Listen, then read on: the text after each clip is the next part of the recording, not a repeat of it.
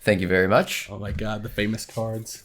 All right, so we will read a statement. I will count down from 3. 3, 2, 1. You don't have any prepared, right? I do not. No, don't worry about it. And we'll flip it around whether it's agree or disagree. We'll also say it out loud, and then we'll discuss. Sounds good. I'm happy to be here on the Escape Pod podcast. 3, 2, 1. All right, just, we all agree. Just wanted to make sure. Do we do the little clink? Yeah, we can clink on that. I'm down. All right, what do we got? We're starting off hot. I mean, why the fuck not? Okay. The Amazing Spider-Man 2 is a top 5 Spider-Man live-action movie. 3, 2, 1. Ba-bam. Oh, phenomenal! Oh, let's go. I got something to say with TASM 2. Yes. In my opinion, from a movie standpoint, it's definitely like the weakest Spider-Man movie because of the pacing. Great answer. This is phenomenal. But I totally understand why you love that movie so much. Like, dude, other than the pacing, the movie gets everything right. And in my opinion, it's probably the most rewatchable Spider-Man movie. Because, dude, if they handled the pacing, it could have been a good contender for like one of the greatest comic book movies ever made. Like, dude, you think the pacing's the only thing wrong with that movie? That, and there's also way too many villains. Like, dude, but all the villains suck. You're a fan of Dane DeHaan Green Goblin? Definitely not. Oh, so that's a problem with the movie. That's not just the pacing. No, but like that's another thing because like the pacing, they had to rush the movie and change the villains. That's like a main problem I have with TASM 2. But outside of those two things, I thought it was really fun. Like, you can make a bad movie and still have a lot of fun with it. TASM 2 is one of those movies. Finn McMissile, you're saying that that's a bad movie and still have fun with it. Yeah. Turn your brain off. I don't think you have to do that with TASM 2, to be fair. But yeah, like, TASM 2 is not my favorite Spider-Man movie, but it's the Spider-Man movie I rewatch a lot. Like, more than it's more rewatchable than No Way Home? Okay, No Way Home I have not rewatched in probably like 1 or 2 years. But TASM 2, like, it's just so fun to watch. Just the energy, the visuals, the score. So why is it, if it's so fun to watch, why isn't it in your top 5? Because, dude, I can't put it higher than like Spider-Verse or the Raimi movies. Well, he said live action. Yeah, I did. Raimi movies exist, but it's better than Spider-Man 3.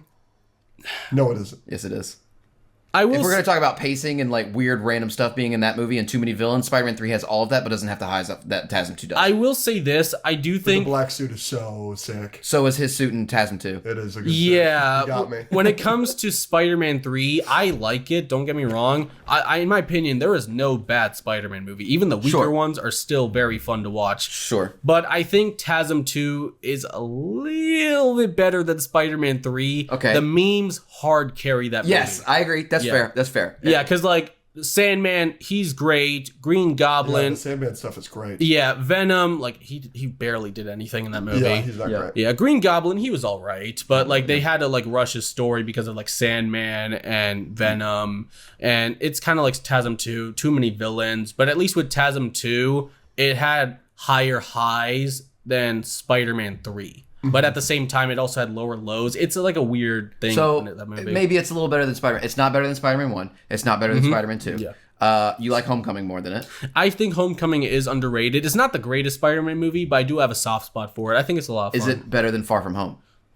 TASM 2. You have more. You rewatch TASM 2 way more than Far From Home. Yes, that is true. Okay, from a movie standpoint, like from a filmmaking standpoint, I think Far From Home is better than TASM 2. But the Spider-Man fan in me is like disagreeing on that. I think when it comes to like the weaker Spider-Man movies, TASM 2, Far From Home, Spider-Man 3, I would have last place either Far From Home or Spider-Man 3. TASM 2 is like above those two. So you have TASM 1 over TASM 2? Yes, definitely. I have a soft spot for that movie. This is the first Marvel movie I saw in theaters. It's the first movie he remembers seeing in theaters. Yeah. I'll just agree or disagree. Doomblazer is too young. 3, 2, 1. Like in this whole influencer space, I'm definitely the youngest here. You were 20. Yeah. You were born in 2005. Mm-hmm. Agree or disagree? Andrew is too Too old. old. 3, 2, 2, 1. 1. Agree. Agree. Too old. How old are you again? 38? 28 in a few weeks. 28. Can you believe that? It's crazy how you're 8 years older than me. Yeah, that's wild. Yeah. It's wild, dude.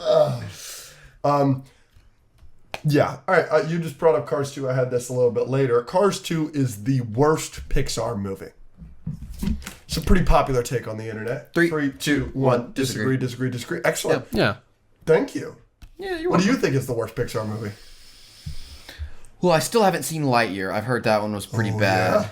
Good Dinosaur is my pick. I think Good Dinosaur. Good Dinosaur's really down bad. there. Let me look at my list. What's your take? What do you think is the worst Pixar movie? I have to actually check. There's like Out a of lot. disrespect to you, I think on my list I normally put Cars 2 at the bottom just Sure. because like I have to at this point. Sure. But where's my Pixar list? Pixar. Okay. I have Toy Story 4 really low just because of the ending. It's a good movie. I think it's a good movie until the ending, and I just can't rock with the ending so much. So I was enjoying it like the entire movie. too. And then the ending happens, and I'm like, it like completely lost me. But I've seen scenes that I remember enjoying in theaters, and I've seen them like now, and I'm like, oh, that's bad. Yeah. I think the worst Pixar movie, in my opinion, is probably The Good Dinosaur. Yeah. good Yeah, answer. I mean, it has its moments, but it doesn't come close to the rest of Pixar stuff. Yeah. Yeah, like Cars 2, like even though it's probably like the weakest in the trilogy, Yep. it's still a lot of fun. I have a soft spot for that franchise. Yeah. And Toy Story 4, I agree they should have ended the franchise at 3. That was like the perfect moment to end the movie franchise. Mm-hmm. But Toy Story 4 wasn't bad at all. I thought it was pretty good. But did you I like disagree. the ending? The ending, we have to wait and see what they do with Toy Story 5 because they're bringing Woody back. Woody is just back with Bonnie again, Yeah. which shows how dog shit Toy Story 4 is, that they're last Jediing the ending. Yeah, I mean, Yeah. Acting like it didn't happen. Yeah. I don't know, man. If that was the last Toy Story movie we're getting, then I think I would have found it I thought the ending would have been good then. But now that we're getting Toy Story 5, I'm like very cautious. Do you think to it's a see. good ending that Woody just says F off to all of his friends that he's been with for 4 movies and then just to go hang out with what's-her-face?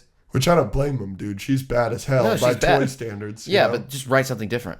That is true. They definitely could have Especially when you executed- already had Toy Story 3's ending. Yeah. And you're You like, just we're going to make a can't- whole other movie and make the ending Woody and Buzz splitting up. Yes. So That is true. instead of this ending, we're going to give you this ending. correct. You Yeah. can't. F You you. can't do that. Don't do that. You can't go back on 3. Yeah. 3 is such a good ending. That is very true. I definitely agree with what you say. It makes 4 so much worse. Yeah, I mean, I do agree they could have handled the ending of Toy Story 4 better, but it kind of spoke out to me because like it's very symbolic to people growing up because friends come and go because you're not going to be friends with the same group of people forever. Because like I graduated high school like a few years ago, which feels like a lifetime ago now. There's like a lot of people in high school I have not talked to in years. And I'm just closer with a lot of people I met in college because college friends are your lifetime friends. And now you guys, the influencer friends, I'm obviously going to be talking to you guys for a long time. I get Yeah. that. I get that. And that's so true. Yeah. I've lost a lot of friends over the years that I just don't talk to anymore, whatever. I don't need the toys in Toy Story 4 to be a metaphor for that. That You is know what I mean? true because they are toys. I need Woody and Buzz to be together. That is true. Like, I'm happy they're reuniting in Toy Story 5, Yeah. but at the same time, they gotta have a good explanation as to why Woody is back. Yes. Because, dude, he's at the carnival. How is he gonna get to Bonnie's house again? Yeah. But I will admit, the plot for Toy Story 5 does sound interesting. Yes. That's true. Yes, the plot has completely sold me. Yeah. On its existence. Like, because you and I talked about this very early on in the podcast, and I want to hear your opinion.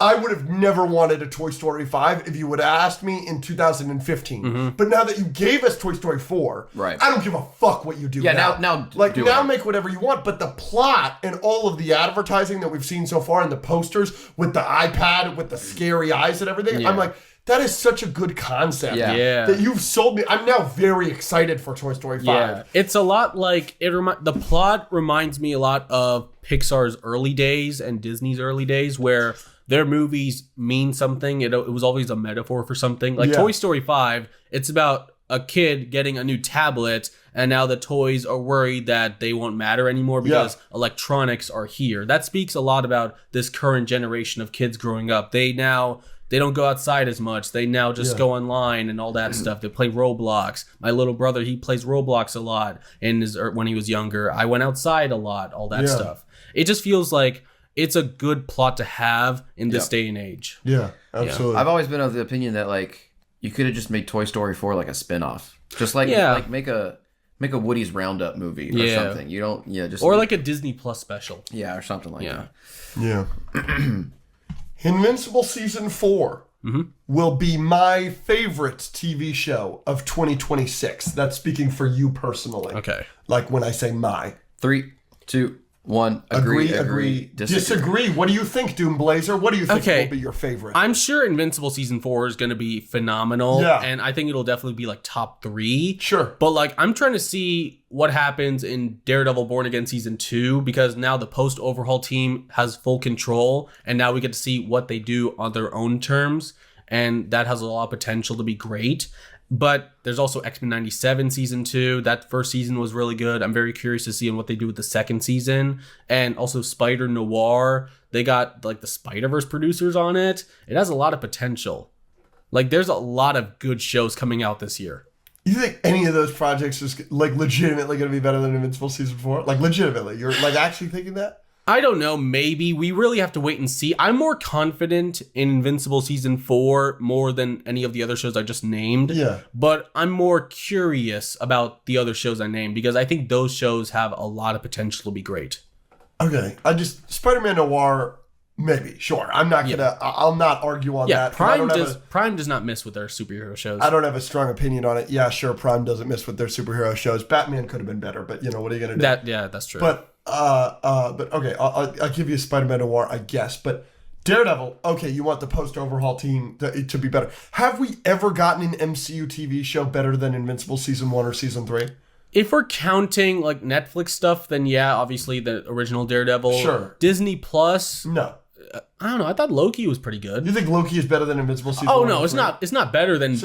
I will say this. I think Loki Season 2 is better than Invincible Season 2. But if it was any other season, then no. Invincible. Sure. Exactly. Invincible Season 2 is the weakest season. I agree with that. But and then what was the other show you named other than Daredevil and X-Men 97? X-Men 97. It's no longer Bo DeMaio.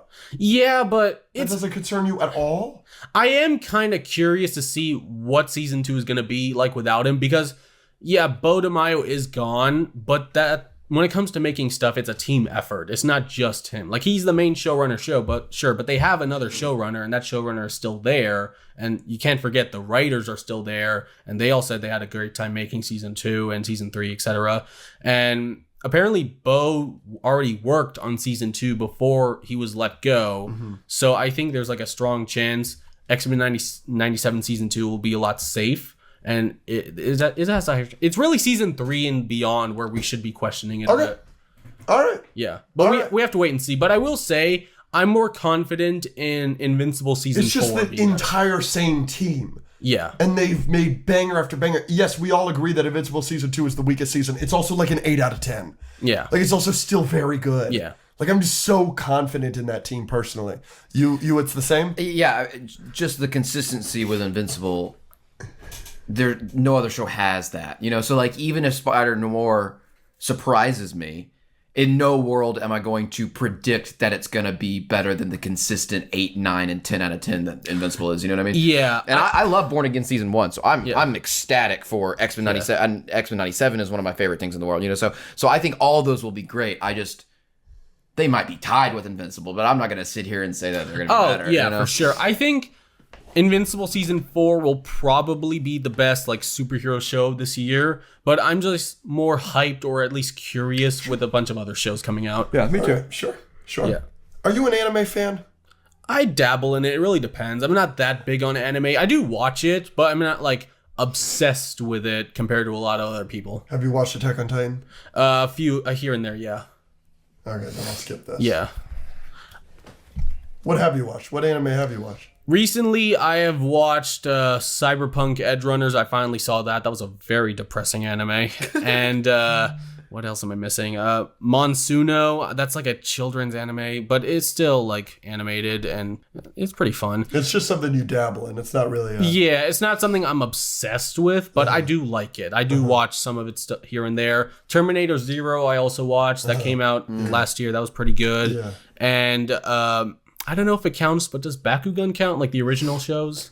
Sure. Okay, I watched all that. I grew up on that. That was pretty good. I grew up on Bakugan too, and I loved that shit. Yeah, I think my favorites is either Battle Brawlers or New Vestroya. Battle Brawlers Yeah. is the only one I watched. Yeah. And I loved that shit. Yeah. Oh my gosh. Those are pretty good. Oh, so good. All right, we'll skip all those then. All I right. had some anime ones. For some reason, somebody told me you were a big anime fan. James Gunn's Superman, Man of Tomorrow, will be the best movie in the DCU up until that point. Meaning it will be better than Clayface, Supergirl, and Superman when it comes out in 2027. Three, two, one. Agree. Yeah. You think it's gonna be better than the first Superman? I have started to drink the Kool-Aid. Every single casting that comes out, they've cast Brainiac, and he's wormy. He's fucking wormy. I wanted that so bad. I did not want him to be. I wanted him to be computing. Like I wanted that, and we got it. And so in everything I'm seeing and everything I'm thinking about, and seeing how locked in James Gunn is, and every minute I spend thinking about Lex Luthor and that Superman being forced to team up, I'm thinking like that's gonna be the best dynamic we ever seen in any superhero movie ever. So I've been completely sold. That is probably my most anticipated movie of the next 5 years. That isn't Doomsday or Beyond. or Beyond Or the Batman Part 2. or the Batman Or Spider-Man brand. But of the ones that isn't like those guys, Superman's at the top. Okay, that's Also, fair. other than Cthulhu, if that ever gets made. Or Spawn, if that ever comes out. I'm more excited for Man of Tomorrow than Spawn. That's fair, yeah. Yeah. But so how about you? Why do you guys say agree? Because I love Superman so much, but holy shit, a sequel to that movie sounds so good. Yeah, I mean, I'm excited for Supergirl and Clayface, don't get me wrong, but dude, the concept of Superman teaming up with Lex Luthor to fight Brainiac sounds way more interesting to me. And dude, like my only concern with Man of Tomorrow is I wonder, like, is it really going to be a Superman movie with Superman characters? Because I'm hearing rumors Peacemaker is going to be in here, a bunch of other superheroes are going to be in here. I just wondering if it's going to be like a Justice League movie in disguise rather than a proper like Superman Lex Luthor movie. You know what I mean? I'm not bothered because we had that with Superman, and Superman's a fucking masterpiece. Yeah, I had that problem before Superman. I was worried about that, and now it's like the fourth time that James Gunn has had a movie where like there seems like there's going to be way too many characters, and he handles it perfectly anyways. Yeah. So I think he'll do the same thing. I think James Gunn. I think he like I mentioned earlier, he listens and he's tapped in. He is tapped in, right? Yeah. So, and I feel like by the time 2027 rolls around, like he knows what he'll know what the DC needs, and he'll learn from Superman, and he'll learn what the audience is kind of feeling, and just take the successes and the losses from everything he's been doing and create another Superman movie that we love, but that has a chance of being even better, especially because like the dynamic that you just brought up in Brainiac is so interesting, and we haven't really gotten, at least recently, a live action Brainiac. I don't know if there's one in like Christopher Reeves. There is in the TV shows. Superman and Lois. No, Supergirl, I think. I don't know. I need to rewatch, but I know. And like the CW stuff. Yeah, But Krypton. That doesn't count. That shit doesn't count. Like, this is our real... Like mainstream Brainiac. Yes. Yeah. Okay, in that case, then yeah, it's the first time I think. Yes, like, I'm so excited for that. Yeah. Dude, I can't wait. So exciting. I cannot wait, man. It's gonna be awesome. I'm really just excited to see David Cornsweet and Nicholas Hoult back on the big screen. Yeah, I cannot wait. They are. The more I think about them, they are two of the best portrayals of their characters ever. Compare it. Like, look, I'm not putting Nicholas Hoult in the conversation with Vincent D'Onofrio, Wilson Fisk, or Heath Ledger Joker. I'm not putting him in that conversation, and I'm not putting David Cornsweet in the conversation with Robert Downey Jr.'s Iron Man or Hugh Jackman's Wolverine. But like, they're almost up there. They're right after. Yeah. They're so good. Like, if those guys are S tier, Cornsweet and Holt are A tier. Like, they're so good. Like, anything they do, I'm going to be excited for. Yeah, for sure. And it's directed by James Gunn. Yeah. And it's a couple years into the DCU. And it's Brainiac. Like, and they got to work together. Yeah, that's going to be fun. I'm excited. Yeah, I'm very excited for the Man of Tomorrow. Agree or disagree, Man of Tomorrow will be... No, I can't say that. What were we going to say? Will be the best live action...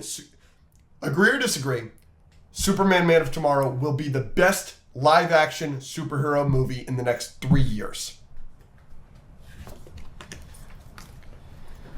So that eliminates Beyond the Spider-Verse. But what you're saying is it'll be better than Doomsday, you're saying it'll be better than Secret Wars, and you're saying it'll be better than the Batman Part 2. Ready? 3, F it. 2, 1. Yeah, F agree, it. Agree. F it. What do you think is going to be better? I don't care.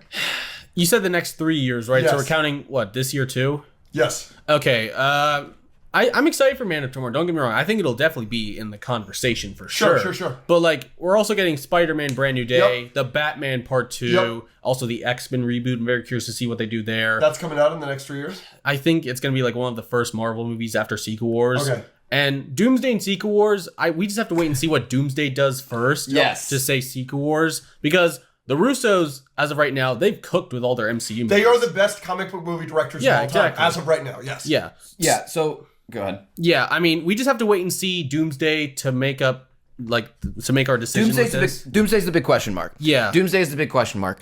I personally would probably put it over the Batman Part 2, even though I really like Batman Part 1, but I like Superman better than Batman Part 1, so I'll probably like Superman Man of Tomorrow better than Batman Part 2. I think Man of Tomorrow will be a lot more enjoyable than the Batman Part 2, but I think the Batman Part 2 will probably be the better movie. Sure, in some ways, for sure. Yeah.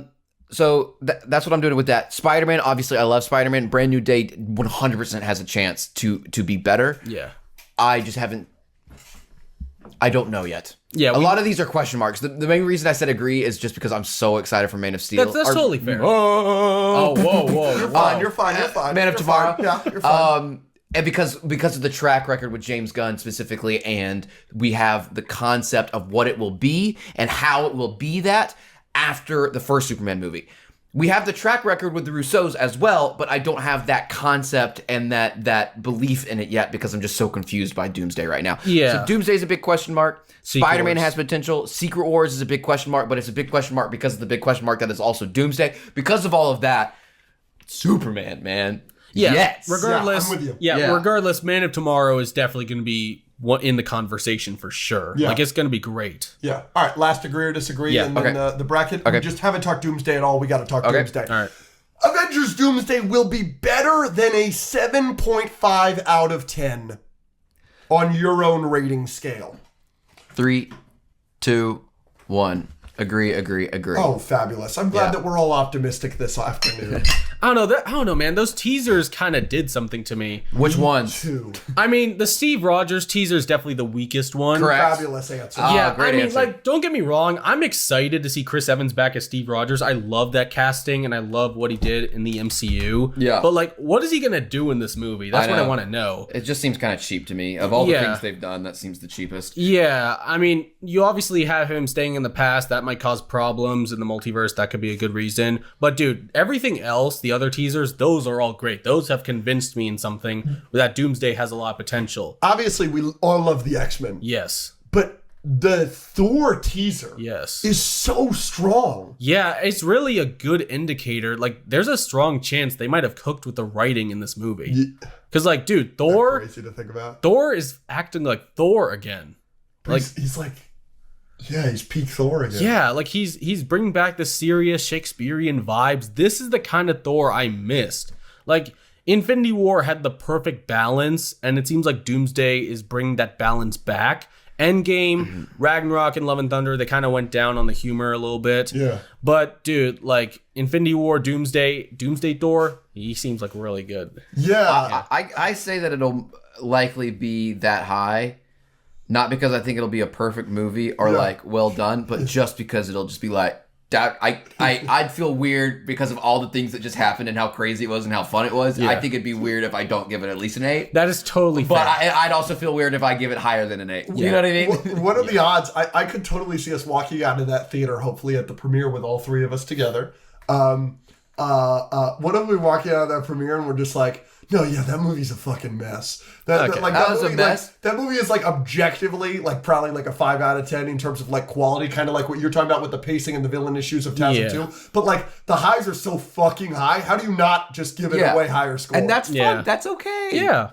Like, movies are subjective. Not every movie is going to be like made for everyone. As long as it's a crowd pleaser and it's a fun time, like all the other Avengers movies, I think that's good enough to get me on board. Hopefully we get both. Yes, definitely. Oh, of course. Yeah. Well, this is something interesting because Winter Soldier, I think, is a well-crafted film. Like, I think it's a really well-made movie, and it's an awesome superhero movie. It's at worst a 9 out of 10 on whoever scale. If you're talking to somebody about Winter Soldier and they're giving it a 4-star on Letterboxd, what are you even doing? You know what I'm saying? 4 is still pretty high. Yeah, that's sure. still pretty They're giving good. it a 3 or a 3.5. What are you even doing? It's really only concerning if it's below like an 8 out of 10 or something. Sure. But I'm not saying the Russos are incapable of making a good movie because they've made good movies. Yeah. But the thing with the Russos is that they do have a level of self-awareness about their superhero movies that they are the later ones. Civil War. I mean, literally everyone other than Winter Soldier. Civil War, Infinity War, Endgame. They are the grandest thing you could possibly imagine in the moment. And it just keeps getting grander and grander and grander. It's like, I do kind of anticipate that they're going to have the self-awareness to make Doomsday the fuckery that it needs to be while simultaneously entertaining billions of people. And also simultaneously, actually you walk away from it and you're like, no, actually that was kind of good. Yeah, plus the Russos have been asking for years. They wanted to make Secret Wars because they love the Secret Wars comic. So that's like another indicator. I didn't know that. Yeah, like I think after Endgame, like the Russos wanted to direct the Secret Wars movie whenever Marvel was ready to make it. At the time, I don't think Marvel wanted the Russos, but I think after so many problems behind the scenes, like with Kang, Jonathan Majors, a lot of their newer talent not having the proper like worthiness to handle an Avengers movie. I mean, Destin, he was going to do King Dynasty. He's a great director, don't get me wrong. Destin was going to do King Dynasty? Yeah, Destin Daniel Cretton for a time was set to direct Avengers King Dynasty. I didn't know that. Yeah, I was excited for that part of the movie, but the main concern with that movie was the writing. They had the Quantumania writers on that movie, and that was going to hold Destin back. I love Destin. I would have loved to have seen him do an Avengers movie, but I feel like him doing Spider-Man is a lot better. Yeah, no, I'm loving it. Yeah. Ready to bracket it up? Yeah, sure. I am. I had one more thing. Can we say one more thing about Doomsday? Sure. I heard recently that RDJ signed on before the Russo brothers, and that the Russo brothers signed on because they were convinced by RDJ. I need to look into that. I definitely saw something like that somewhere. I saw the Russos say that in an interview, I'm pretty sure. Yeah, I think... That shocks me. Yeah, because it really just opens your mind that maybe RDJ was always going to come back. Maybe not as Iron Man, but obviously as someone else like Doom. Yeah. Because like the MCU is getting a reset after Secret Wars. So RDJ started the MCU. He might as well end it too. You know what I mean? Yeah, like end it as we know it. Yeah, like he's the main star. He's the face of the whole franchise, along with Chris Evans. If you're gonna end that universe, you might as well bring them back so you can bring everyone together and end it off on a high note. We'll see. Yeah, I guess we have to see. We shall see.